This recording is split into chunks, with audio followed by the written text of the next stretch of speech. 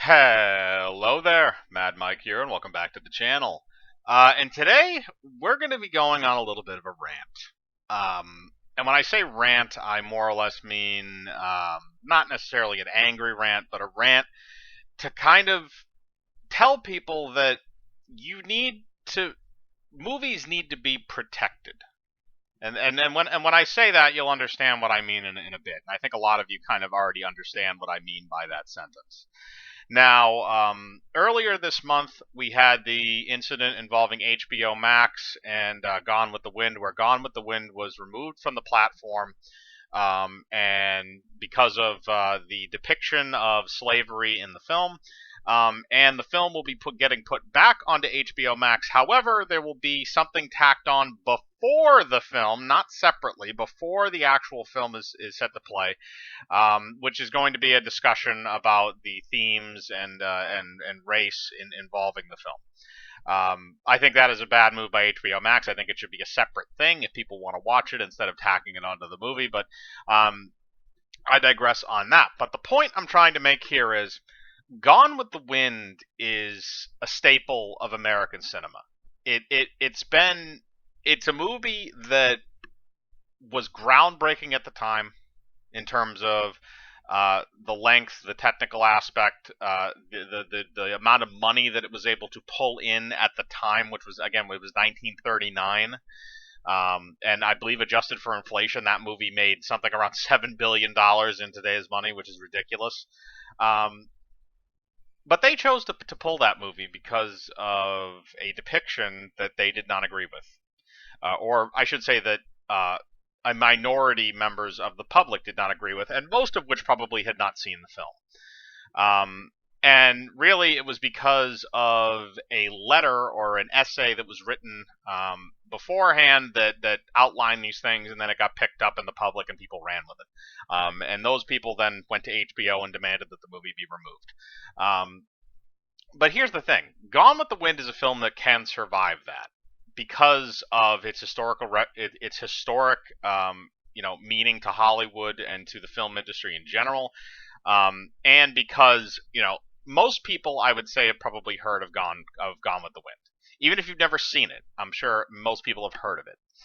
Now, I did a video last year talking about how race is handled in film and kind of the two ways that it can be appropriately handled if it is kind of the main focus of the plot line. The problem that we're kind of running into now is that you have and it's going to be an effect. It's going to be a long lasting effect because now we've gotten to the point where people are willing to cancel something or are willing to remove something simply due to public pressure by certain groups. And because they came for Gone with the Wind, because Gone with the Wind is a massive film, and again, it's a film that everybody or most people know, or at least know of. But what happens when they start coming for the smaller films? What happens when you start coming for films that people may not have heard of? Stuff like Mississippi Burning, because of the depiction of racism in that, or In the Heat of the Night, or even more recent films, stuff like The Help, other films that deal with various topics like that. Or, for instance, what if they start coming for exploitation films, which I know a lot of people enjoy. I personally enjoy them because of, not because of necessarily the exploitation, but because they're kind of fun movies for the most part. And they're made by these small kind of directors and small budgets, but they usually make the most out of it and they make it entertaining. But the more to the point is that they already came for Gone with the Wind and they tried. How long before they start going after other films? How long before we start seeing other tentpole movies bite the dust because, or just get removed from all streaming services, everything else, because somebody doesn't like the film? To me, that's like saying you want to remove a Picasso from a museum because you don't like the way he painted the picture. It's ridiculous. Now, look, there are films in Hollywood history that I don't think Hollywood is necessarily very proud of. You can look back at stuff like Birth of a Nation from the late 1910s, which was a silent film. Now, that film is extremely racist. It is a film that depicts the Ku Klux Klan as the heroes of the story, which is again is ridiculous. You also have white people running around in blackface. But the other thing is, it was a film that was a product of its time, and the only reason why Hollywood really truly remembers that film, or why it's remembered in terms of a historical aspect, is, well, two reasons. Number one is because of its infamy, and number two is because the production and the way that the film was made laid the groundwork for many films to come after it. And a lot of films that came after it copied similar production methods. So if you really want to go down a rabbit hole, if you wanted to say that, every single major Hollywood film that is produced technically got some kind of technically got, if you go all the way back, those techniques that those films were made using came from a film that is probably the most racist, one of the most racist movies ever made. Um, so if you want, again, if you want to go down that rabbit hole, but what I'm trying to present is the idea, like, look, Birth of a Nation is not a film that I would say I would sit down and watch enjoyably. It is not a film that I would say deserves to be on anybody's top 10 list, or a film that anybody really thoroughly enjoys, but it does have its place in Hollywood history. And the thing is, when you start forgetting history, when you start forgetting where movies came from and how they were made and how certain things have evolved over time, then you lose all the experience that Hollywood has gained over the past 100 or so years. You lose the idea that a film is a piece of artwork. And look, and I've made this before. I've made this argument before about the difference between, a cheap corporate cash grab and what actual artwork is. Look, if you want to boil it down, film itself is an art form. It should be considered an art form. And even though there are some movies that are blatant cash grabs, and they're movies that are made just to capitalize on stuff, and they're not really substantive films, they're not films that are made to send any kind of I shouldn't say message, but they're films that are not crafted with the respect of being a piece of artwork. They're films that are crafted as a product. But I would still consider those a form of art because they still exist under the same umbrella as the rest of the medium. And if you start picking it apart, if you start going after one, eventually they're going to go after everything. And that's a problem. That is a serious problem because you've seen people that are already willing to topple down statues of Thomas Jefferson. So if they're willing to do that, if they're willing to deface something like that, what makes you think that they will not go and come after American cinema classics or any movie that they deem to be offensive? You can look back at movies like Blazing Saddles. That movie is hilarious. I love that film. It's one of my favorite Mel Brooks movies, and it's a satire on racism. It's not promoting it. But if you have somebody that doesn't understand that, and they sit down and they watch that movie, and they're just somebody who's perpetually offended all the time, then they're going to think that that movie is horribly racist and it should never be viewed by anybody ever. And they're going to make that their cause to remove that film.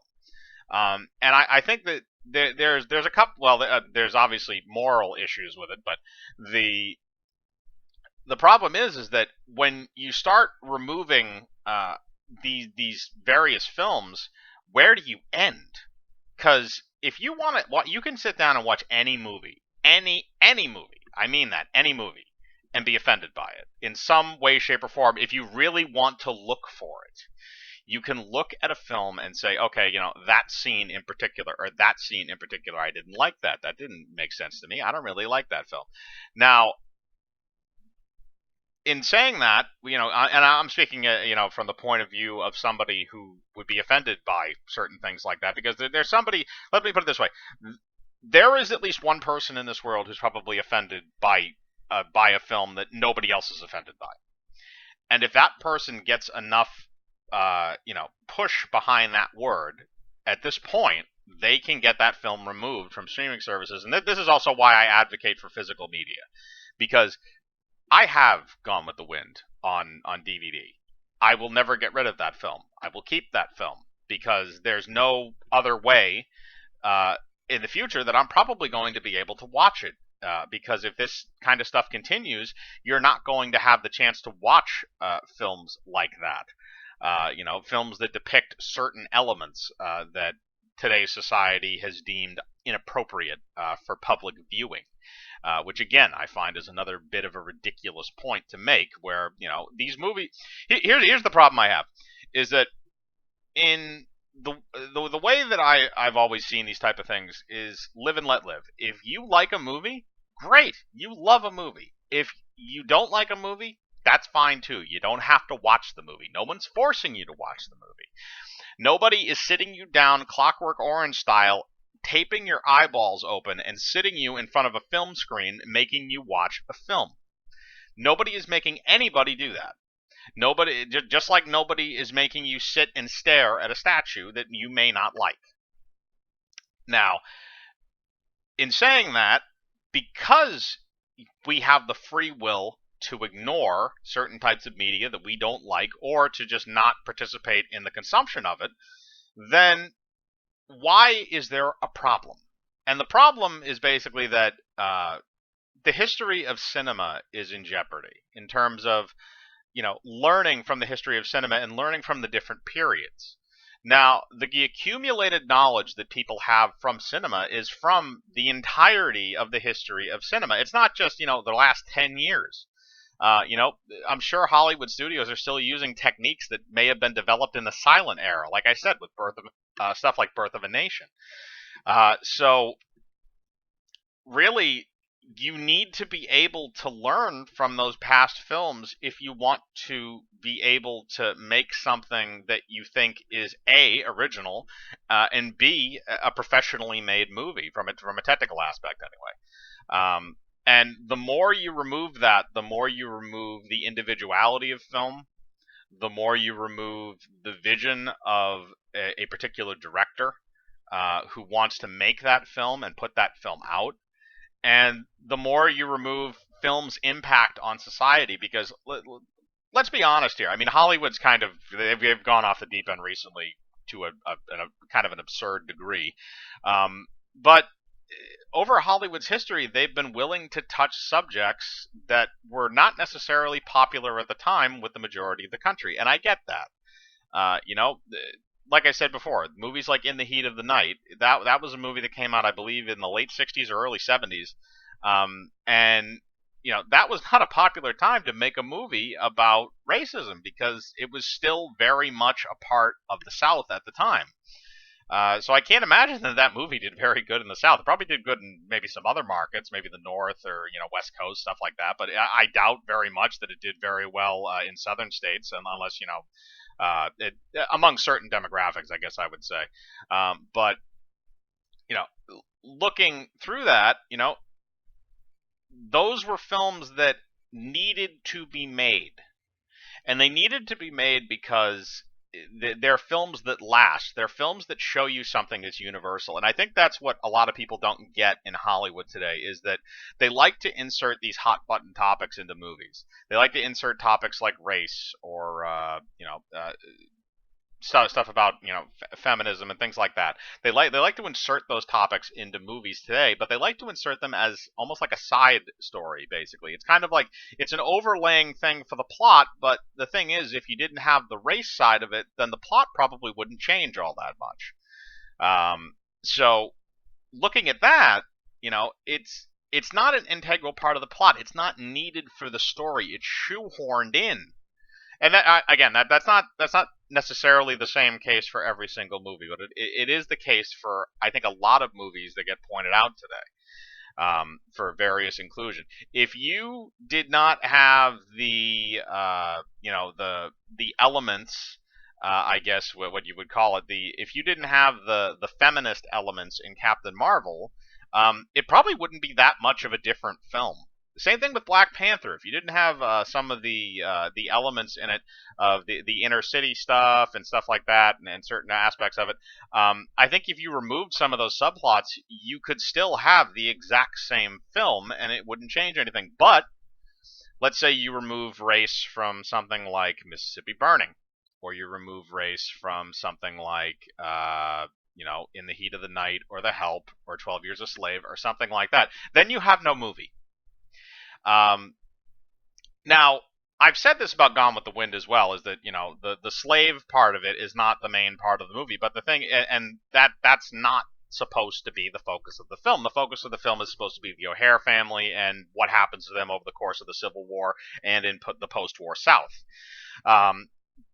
So it kind of falls into a little bit of the former as opposed to the latter in terms of what I've been talking about, but when you look at that film, when you look at the films of today, I should say, the race element had to be there in Gone with the Wind because of the setting.